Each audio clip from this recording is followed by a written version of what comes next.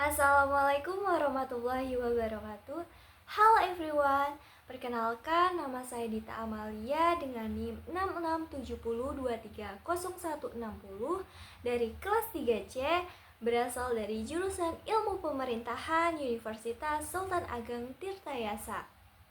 Sebelumnya yang terhormat kepada Pak Luki selaku dosen pengampu mata kuliah pemerintahan daerah dan teman-teman semua yang saya banggakan, izinkanlah saya untuk menjabarkan isi pemikiran kritis saya yang tertuang dalam esai yang berjudul Dilematis Pemekaran Daerah Papua pada Peningkatan Kesejahteraan dan Politisasi Kekuasaan Lokal. Pembentukan daerah baru di Indonesia menyimpan sejumlah hasil, baik itu dalam bentuk positif maupun bentuk negatif terhadap pembangunan daerah dan nasional.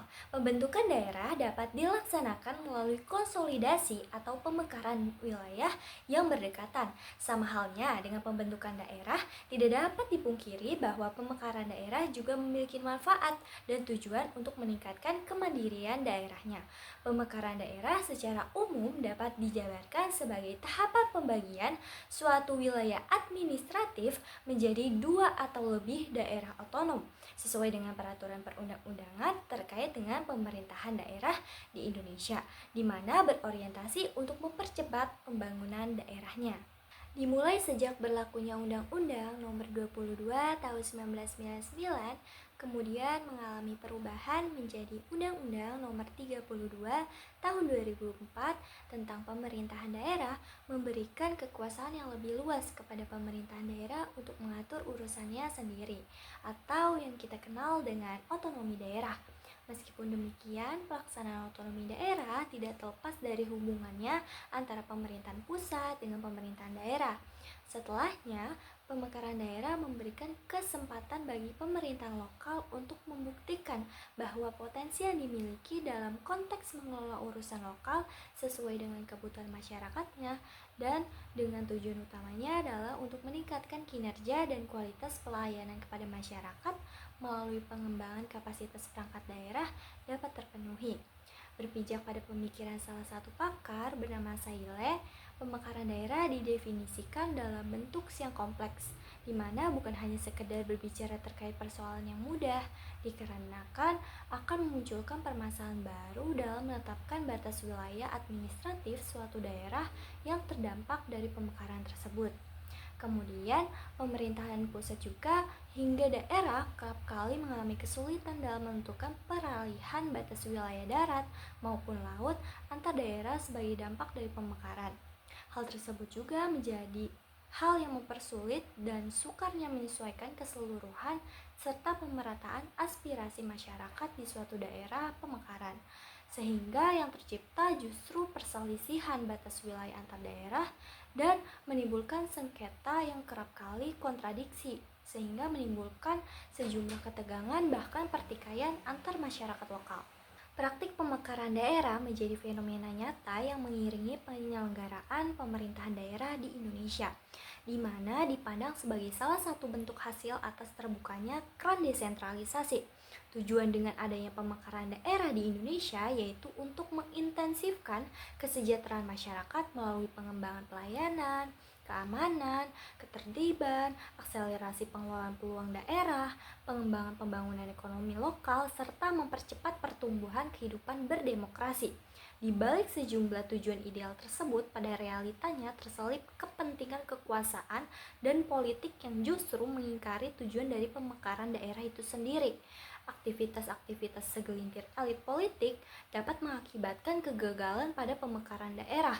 Apabila terjadi kegagalan pada pemekaran daerah, maka akan memperburuk kondisi di sejumlah sektor yang mencakup pelayanan publik, rendahnya akuntabilitas para aktor pemerintahan, mengakarnya korupsi dalam pemilihan di daerah, hingga fenomena sengketa batas wilayah. Di samping terselipnya berbagai potensi dan tujuan dari pemekaran daerah, tidak jarang langkah tersebut menimbulkan sejumlah permasalahan internal maupun eksternal yang berdampak pada jangka pendek hingga jangka panjang. Permasalahan utama selalu berputar pada biaya yang dikeluarkan untuk pemekaran daerah. Biaya pemekaran tersebut kerap kali tidak senilai dan tidak sebanding dengan peningkatan layanan kepada masyarakat. Terlebih lagi ditambah dengan kondisi yang kerap kali memperlihatkan pertumbuhan ekonomi daerah yang terjadi pemekaran justru mengalami penurunan ekonomi dibandingkan sebelum pemekaran dilakukan. Kemudian, ketika semakin meningkat jumlah daerah otonom baru di Indonesia, maka akan semakin rumit pula koordinasi antar wilayahnya. Pemekaran daerah yang mulai bertujuan untuk memperbaiki tata kelola wilayah, seiring berjalannya waktu, tujuan tersebut cenderung beralih menjadi tren yang menyusutkan alternatif penataan wilayah yang lainnya. Padahal solusi yang lebih efektif mungkin saja masih tersedia. Pengetahuan yang sempit terkait dengan penataan wilayah kerap kali dihubungkan hanya dengan kapasitas dan kemandirian daerah otonom saja. Sementara itu, konsep terkait dengan penataan wilayah mempunyai makna yang lebih luas daripada itu. Apalagi hanya sekedar penafsiran dari parameter kemandirian. Penataan wilayah yang meliputi kemampuan daerah untuk menerapkan fungsi pemerintahan secara efektif dan efisien dengan memanfaatkan peluang serta sumber daya yang tersedia dan berpijak pada hal-hal tersebut. Penataan wilayah sesungguhnya dapat diimplementasikan melalui 3 pendekatan. Yang pertama, penggabungan, yang kedua, pemekaran, yang ketiga, pembagian subwilayah di dalam suatu daerah yang terlibat. Proses pemekaran daerah di Indonesia juga harus memperhatikan secara cermat pada sejumlah konteks, seperti lokasi, waktu peristiwa, dan konstelasi politik saat dibentuknya pemekaran daerah tersebut. Memerhatikan hal-hal tersebut dengan komprehensif berguna untuk mempelajari kemungkinan pemekaran daerah yang hanya dijadikan sebagai alat rekayasa elit politik, baik di tingkat lokal maupun nasional dengan kepentingan yang diusungnya. Alhasil, tidak mempertimbangkan sejumlah aspek rasionalitas, keadaan mendesak, dan kelayakan yang dapat menyebabkan kegagalan pemekaran daerah tidak dapat dikendalikan.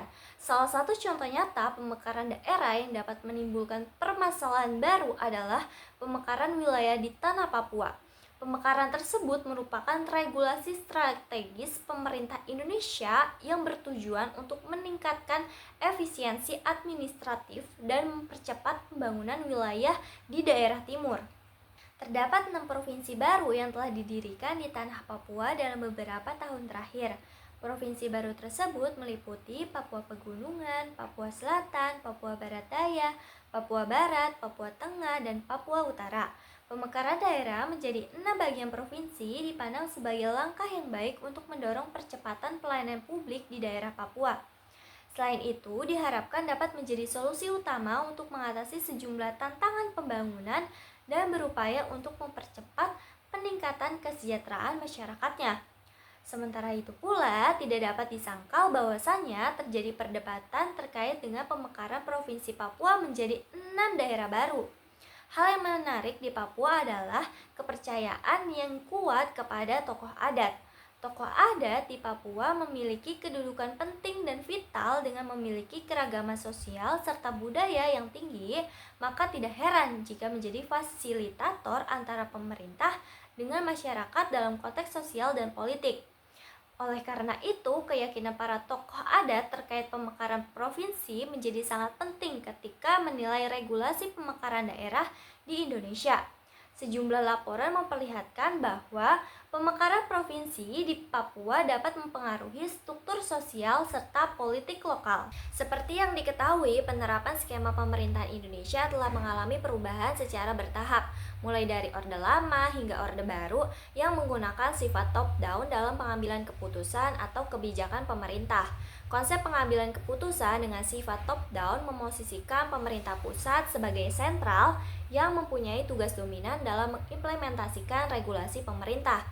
Masa reformasi, pengambilan keputusan atau kebijakan pemerintah beralih pada sifat bottom-up. Sifat tersebut memosisikan peran pejabat pemerintah dan elit politik lokal sebagai elemen yang dapat mempengaruhi regulasi. Alhasil, dinamika politik di sejumlah daerah kerap kali berfokus pada segelintir pihak, terkhusus pada pihak yang terlibat dalam permasalahan pemilihan elit lokal dan menuntut adanya pemekaran wilayah. Terjadinya pemekaran daerah tidak selamanya didasari oleh kepentingan masyarakat, melainkan terselip kepentingan para penguasa dan elit lokal. Ditopang alasan tersebut menimbulkan perdebatan di masyarakat ketika terjadinya pemekaran daerah baru.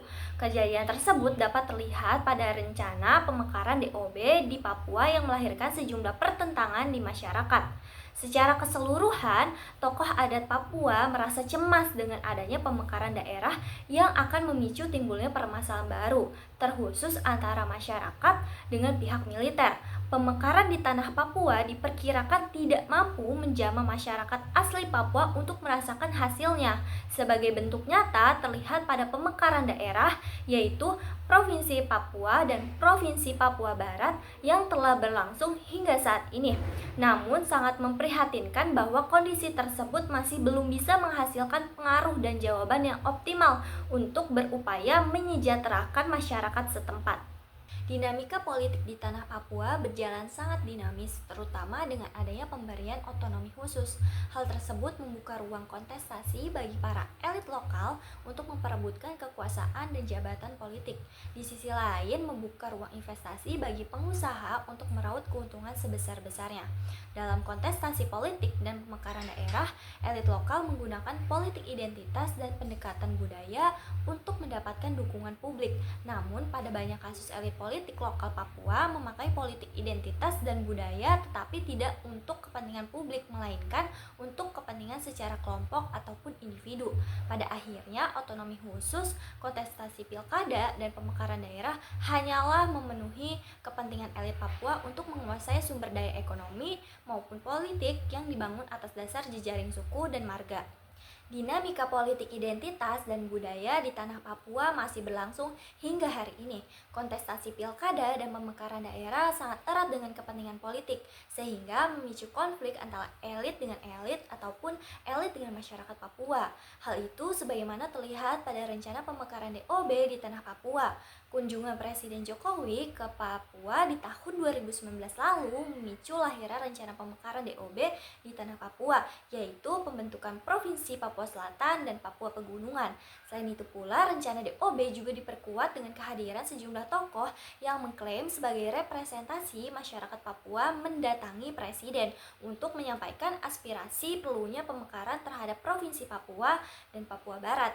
Rencana pemekaran dimunculkan di tengah-tengah konflik Papua yang sedang berkecambuk, sehingga dinilai tidak aspiratif, di mana rencana pemekaran tidak melibatkan masyarakat Papua, melainkan hanya kelompok elit tertentu.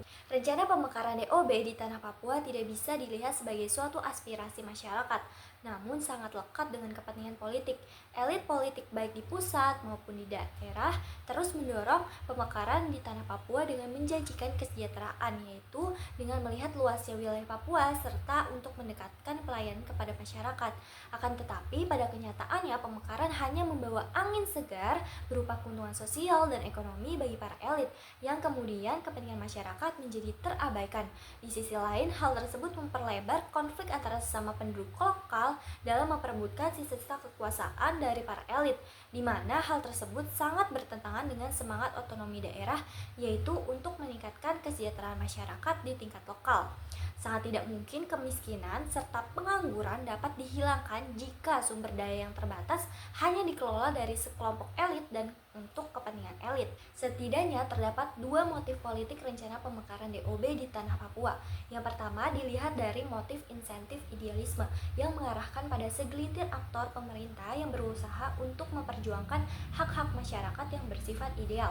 Pada konteks pemekaran daerah Papua terlihat bahwa motif insentif idealisme tidak terwujud dengan baik. Motif yang mencolok di permukaan adalah dominasi kepentingan para elit di ranah nasional maupun lokal. Selanjutnya, motif yang kedua dilihat dari insentif material yang merupakan motif pemekaran daerah yang diintervensi oleh kekuasaan aktor pusat. Kepentingan elit pusat terlihat dari respon sejumlah pejabat negara yang mendukung adanya pemekaran Papua tanpa memperdebatkan penundaan pemekaran daerah. Pembatasan pemekaran daerah melalui rencana penundaan terkesan tidak berlaku untuk Papua, dan jika pemekaran Papua diwujudkan akan memberikan dampak kecemburuan kepada daerah yang berbeda. Maka dari itu, terlihat jelas bahwa pemekaran daerah di tengah berlangsungnya moratorium akan menimbulkan permasalahan baru dalam dunia politik lokal. Rencana pemekaran DOB di tanah Papua melibatkan beberapa aktor ataupun elit politik.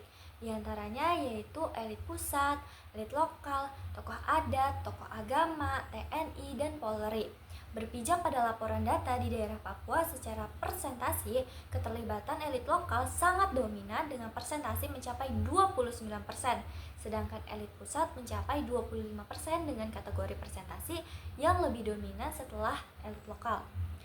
Aktor elit lokal dalam hal ini adalah bupati, gubernur, anggota partai, dan DPRD. Pada elit pusat adalah presiden, anggota DPR RI, MPR RI, dan kementerian.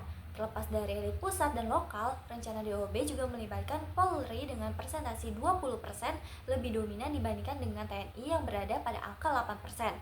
Keterlibatan tokoh agama juga jauh lebih kecil dengan persentase 4% jika dibandingkan dengan tokoh adat yang memiliki persentase 12%. Kemudian masyarakat sipil juga berada pada partisipasi 0%.